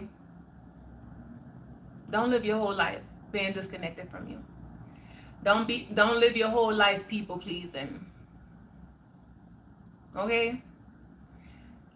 Yes. You matter. Yes. You're worthy to show up and be you. Okay? Not the you that the world tell you have to be. So, yes, Bob Marley, Wait in Vain, and Is This Love That I'm Feeling? You know? Because the self-love, I keep saying, self-love is the best love. When you love you, like for real, because we can say it all the time. I love myself. I love myself. But when you really love yourself, like every part of you, the good and the bad, you know what I'm saying? And I use that lightly. It's the duality, right? You can't have the good without the bad. You don't know good without the bad, vice versa. Your light and your shadow, like it's embracing all of you, flaws and all, knowing that you wasn't sent here to be perfect. You start to embrace the imperfections and just fall in love with you more and more every day. Yeah. I look at how before, when I was younger, when I was a kid, like I used to not like a lot of things about me. Like I didn't like that I had a lazy eye. I didn't like my big forehead, and I used to be teased about it all the time. And so I had a complex about it. So I would like cover my head with my hair, and I can remember one time like I used to wear this style. I was looking at some pictures, and I was like, oh my goodness, girl, what was that hairstyle? But I used to wear this hairstyle because I thought it was covering my forehead, but I used to like gel my hair like down on my face like this. And I was looking at that picture one day, I was like, mm-mm. That was not it. But at that time, I was trying to cover my forehead. And now, guess what? I wear my hair back. I always have it out. Like, baby, this is me. This is me. I love it. My lazy eye, I love it. You know why? Because this is how I was created. This is how I was created. So I'm going to love every part of me. Okay? Flaws and all. Stretch marks, you know, from the kids. Yeah. I love it all. I wake up. Like, body, I love you. Okay? Look in the mirror. I love you. Okay? You and your lazy eye and your big forehead, I love you. I kiss my forehead, you know, just showing love to myself, giving myself hugs. When the last time you had a hug? Give yourself a hug. I'm making it a practice now to give myself a hug, like hug myself for 20 seconds. Yes. Okay? Y'all, I'm telling y'all, start loving you. Especially if you somebody who, you know, feel like you don't have that. Maybe you feel like the people around you don't appreciate you and love you or value you. But you have to start loving you and valuing you. And I promise you, once you start to do that, you're going to start to attract those people. But a lot of times, when we be honest with ourselves, how we feeling about ourselves is really reflecting the people, you know, that's there. They're kind of mirroring what we doing to ourselves, right? The self-judgment, people judging us or us being worried about that judgment. How often are you judging yourself about all the things? You know? So, I just got to that place in the last 3 years, and it feels good. But you know, I stop and I ask myself the questions. Like, that's my journey. I be minding my own business. And this is going to be a series because that's how I feel. I be minding my own business. I be like, so what is this? Like, we leaving again? We moving again? What's going on? But guess what? It have not led me wrong yet. So, yes, I keep discovering more and more beauty within myself every level of the game. You know, I tell people it's like the Mario Brothers. If you know, you know. I loved the Mario Brothers when I was younger. That's how life is. It's like the Mario Brother game, right? You on that first level, you going through. You first start playing, you may get hit by the turtle the first time. You jump on the turtle, then you get hit by the mushroom and you die. But then the more you play, you master it, right? You master that first level, you go to the second level. The second level is a little bit harder than the first one, right? And you keep playing. You're going from 1 to 2. That's how the life is, life experience. You're going from one level to the next. What did you learn from that first level, right? Let's go to relationships. Maybe it's a relationship, right? You keep meeting the same type of people because you didn't learn the lesson in the first one.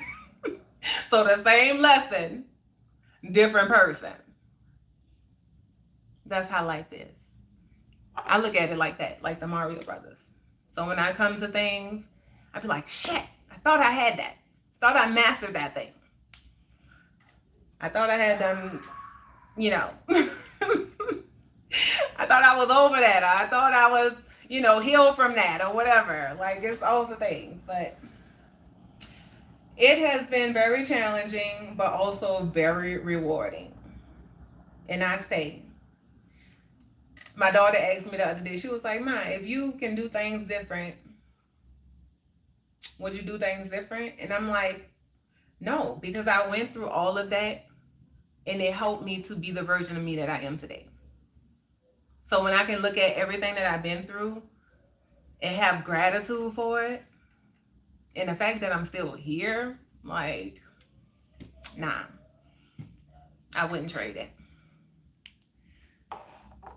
So, but I have been on here 1 hour and 36 minutes. And I'm about to get off of here. But I had fun with y'all today. As always, we talked about many things. I feel like the first part of my live, people may have gotten a little spooked out, you know, and I understand that because the fear is real. Fear keeps us captive. Like, we really have to stop and ask ourselves why we're afraid of things. Like, why am I afraid of that? Why? What projection? Who projection am I believing? Is this something to be afraid of? Because facing my fear has unlocked a lot of magical experiences for me. Like, we're so much more than this human experience. You know? Spiritual being, having a human experience. You have to embrace both. You have to. You know, I'm going to say this and then I'm going to get off. So, the first bulk of my journey, so I can say when I was a kid, because when you're a kid, like, that's when you're closer to the divine. That's when you're really tapped in for real. Like, if you remember when you were a kid, you may have said things, seen things, you know what I'm saying? Spoke things to adults, people around you, and they shunned you, made you feel bad, saying, oh, you don't know what you're talking about, you're a kid, what are you talking about? That don't make no sense. All of those things. So all of those things begin to now be our reality, right? We're not supposed to believe this, you know? We're not supposed to feel connected to this, you know? And so throughout your experience, you get further and further and further away from that divine connection that's on the inside of you, by the way. But life happens. For me, life happened. I went through these traumatic experiences that brought me back to me, made me go within myself and reconnect to what was there all along. And so for the first part of my journey, I was just in my human experience, like just thinking I'm just this human. I don't know what I'm doing. I'm lost. I'm confused. And then when I came into my spiritual awakening at 33,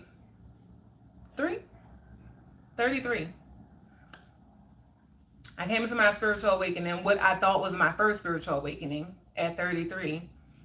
It brought me to this place of just wanting to embrace my spiritual side. Like, I'm this spiritual being. I'm light. I'm love. Nothing bothers me.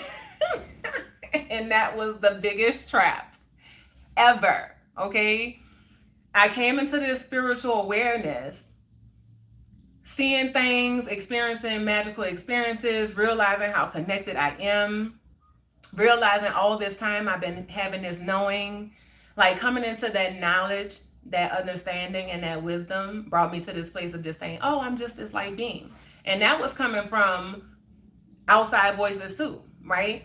The spiritual community, and I'm just light, no negative vibes around me. Like I started gravitating towards that because I was like, oh, I just had this awakening. Like I know all this stuff now that I didn't know. And I'm like, I'm light, I'm light, I'm light. Ha ha ha. But I was going through hell. And I was like, how could I be this light being and I'm still feeling depressed? I'm still suffering from depression. I'm still battling for my life. How could I be this light being and still experiencing this? So it wasn't making no sense until I was faced with a mirror from a friend who, her soul is so beautiful. Like I met her right when I was supposed to meet her. And she was this beautiful being that was embracing her light and her darkness. And I can remember her just being so just grounded and rooted in who she was and in her experience, her duality experience. She was so rooted in that. And I can remember her like having a moment, right? She got drunk, she was crashing out. And I told her, I said, what's going on? Like, this is not you, you know? Because I had never experienced that side of her. I've only experienced the light side of her. Like, we connected on that spiritual level. And when I seen her in her humanness, and she was crashing out, I told her, I said, this is not you. And she was like, this is me. And I was like, okay. And I can remember when I met her, she used to say that. She used to say, I'm 80% good and I'm 20% fucked up. And I just thought that was awesome. I was like, I like that. I like that percentage. You know, but she stood on that. She was like, yeah, because 80% of the time, I'm in my light. I'm in my divinity. She said, and 20% of the time, yes, I show up in this humanness. You know what I'm saying? Having this life experience. And so that was her balance scale, you know, 80-20. And I like that, you know.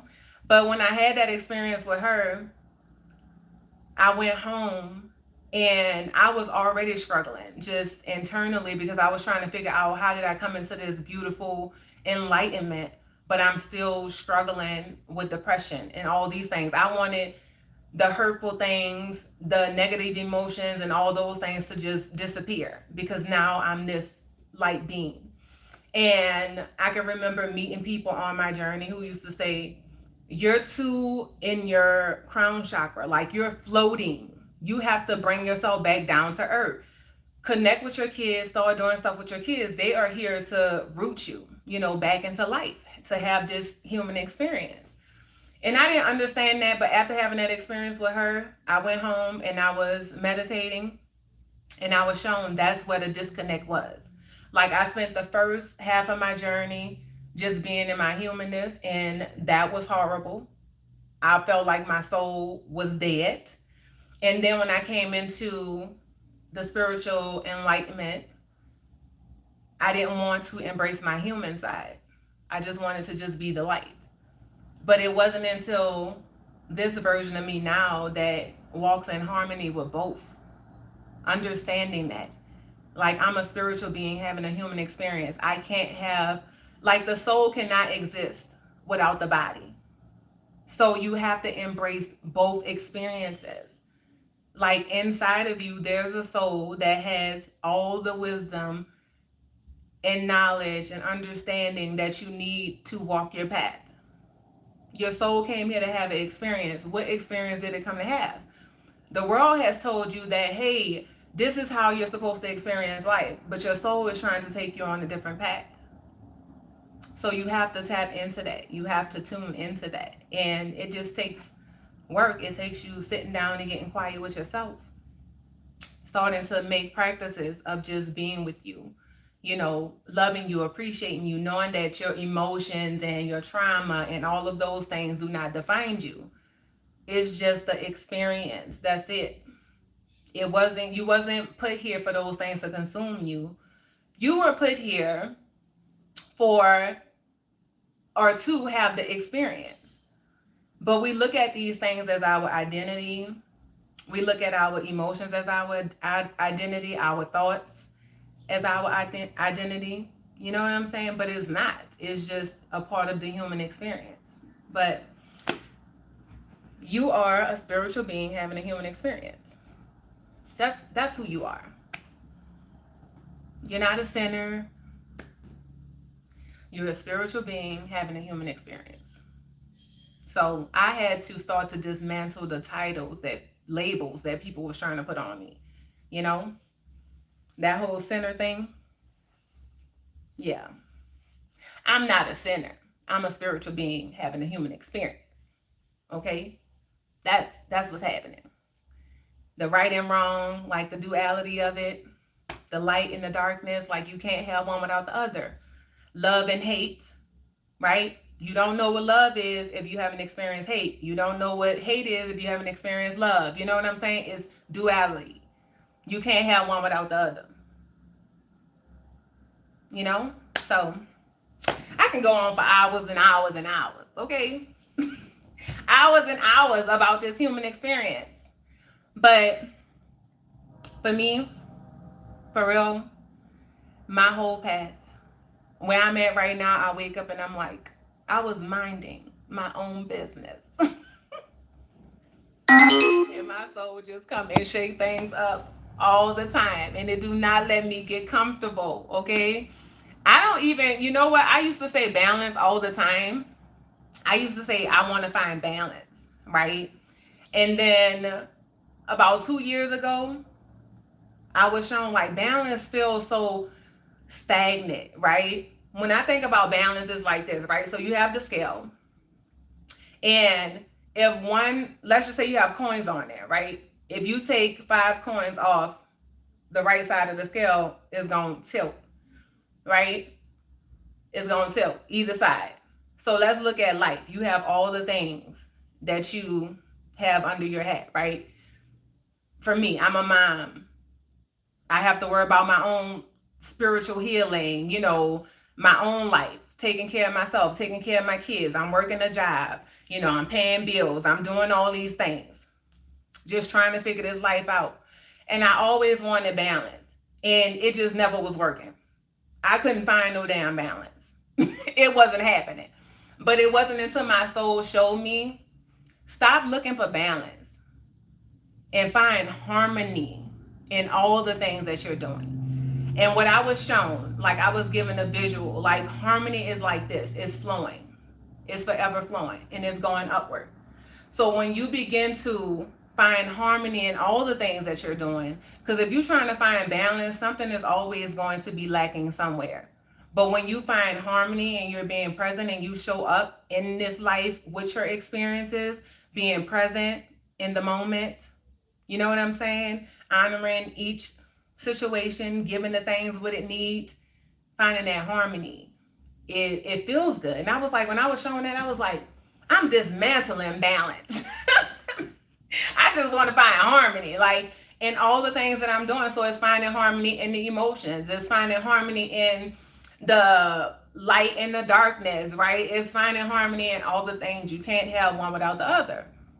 It's harmony. It's flowing. So that's where I'm at. I'm like, balance ain't it. Balance ain't it. But yes.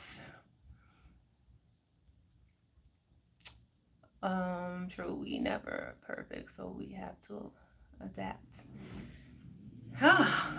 Yeah, baby. I'm like, come on. Now I feel like I'm ready. I'm like, look, I spent so much time feeling like I was doing something wrong, like I was getting it wrong. I was like, what's happening?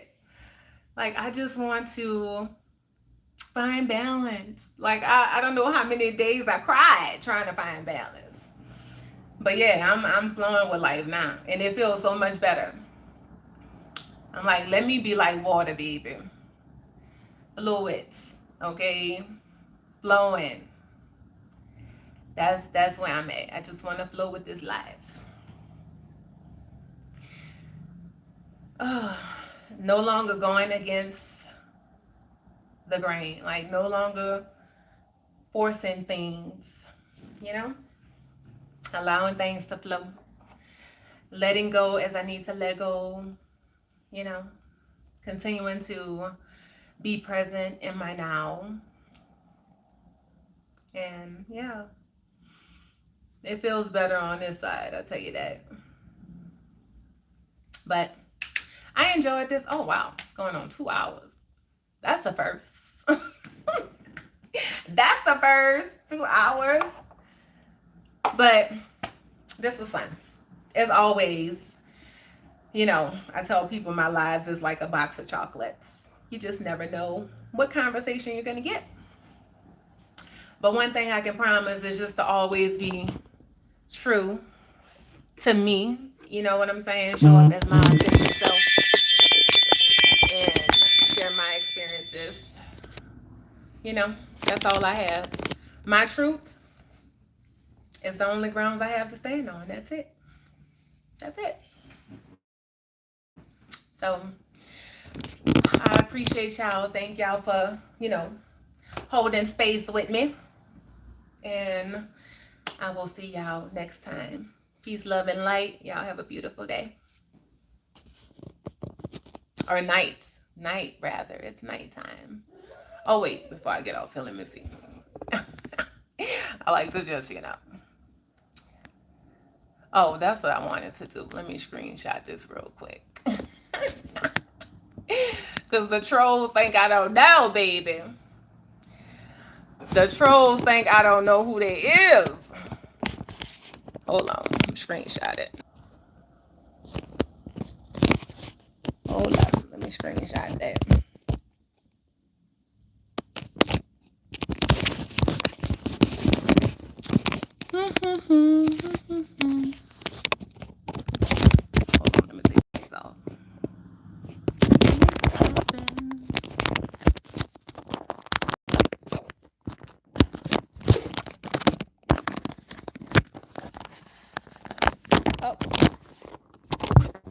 Okay.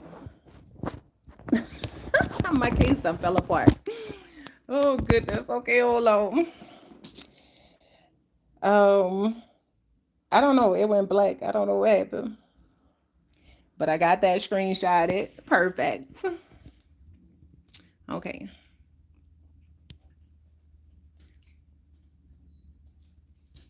What happened?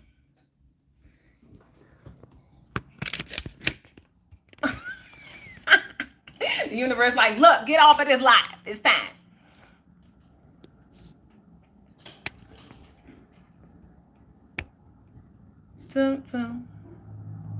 Let's see. Nope.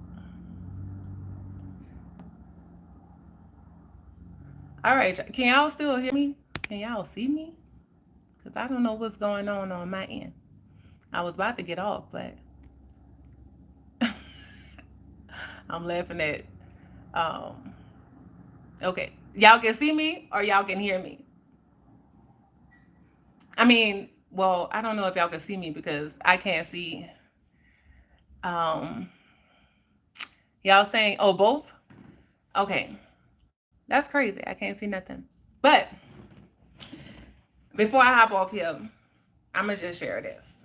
Because today I was talking about just being tapped in, tuned in, and just connected to your spiritual team and your guidance and how they will show you things, the things that you need to know when you need to know them. So before I started doing this, like going live, my spiritual team had already showed me and said, somebody who you know personally has created a fake account and they're going to come into your comment section and mess with you. Try to test you and how much you have grown and you have evolved. They're going to be trying to make you seem like you're crazy and do all these things, right? It's somebody who you know personally. They're creating fake accounts. And I have these fake accounts that keep leaving these comments on my videos and coming into my live, and they was in here tonight. So I'm just gonna share this. I screenshot it, so I'm actually gonna make a short about it because it's hilarious. They say Queen is musty. She needs help with mental health. her food stamp crisis. Okay? This person, right? I know that they know me personally because of the comments that they leave is so like detailed to my experience, the type of questions that they ask in the comment section. Is somebody who knows me personally, right? Because I'm talking about a certain situation. I'll give y'all an example. I was on here talking about my ex-husband, right? And I was sharing that experience and how I had to leave that marriage because he tried to take my life. Now I'm sharing this in the live. And this person goes in the comment section and says, "Oh, did he leave you? Did you run him away?" And at first I didn't pay attention to, like, I was looking at the question and I was confused. I was like, what? Like, how does that even equal what I just said? And it wasn't until I got off the live, my spiritual team said, you know, that's somebody who know you personally. And you're going to know who it is by the line of questions and things that they say in your comment section. And guess what? I know exactly who it is. And it's so funny because I look at it like this. You're going out of your way to create a fake account, right? First, they created the account where it didn't have a picture and it was like a weird username. And then when I called them out on that one, they went and created a fake account with a picture in a name, right? And the picture that they used was a man picture. But let me just show y'all how tapped in and tuned in I am. If I was a female, right, and I wanted to mess with you, I mean, this is the perfect environment, right? Because I can come in here, create this fake account, and they thinking that, oh, she ain't gonna know, because they don't know. They know that I have this gift, but they don't believe how tapped in I am to the gift, right? So when my spiritual team come and say, hey, that's somebody you know, but look at what they're saying, and it's gonna tell you who the person is. And when I called them out on it, they got spooked for a while, so they haven't been on my live for a minute, but hey, they back tonight, and I see they changed the username, but kept the same picture, which is hilarious. But I know who they are. I know who they are. So they can keep trolling. They can keep coming in my comment section saying all the things. But guess what? Action speaks louder than words, baby. And energy doesn't lie. I'm going to keep flourishing.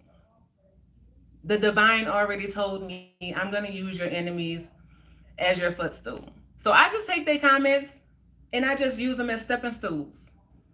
That's it. So, you know, I just wanted to share that.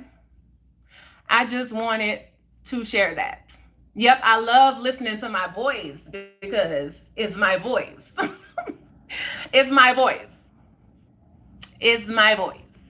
So yes. Too bad you don't love listening to yours. Too bad. But yet you're here and you're in my life. So what does that say about you? So, like I said, and I'm going to end this live how I end the other one since I see the lost souls have entered the chats, okay? To all the beautiful souls who vibe with me tonight, who entered the chats, I send y'all love, okay? And to all the lost souls who entered the chat trolling, I send y'all love too. This is the place where you can come and get the love that you ain't getting, that you ain't giving to yourself, okay? So, peace, love, and light. Y'all have a beautiful day. And they're creating hundreds of accounts. They're just so miserable. Like, do what y'all do, okay? Peace, love, and light. Y'all have a beautiful day. Have fun creating your fake accounts. I hope you're having fun with that energy.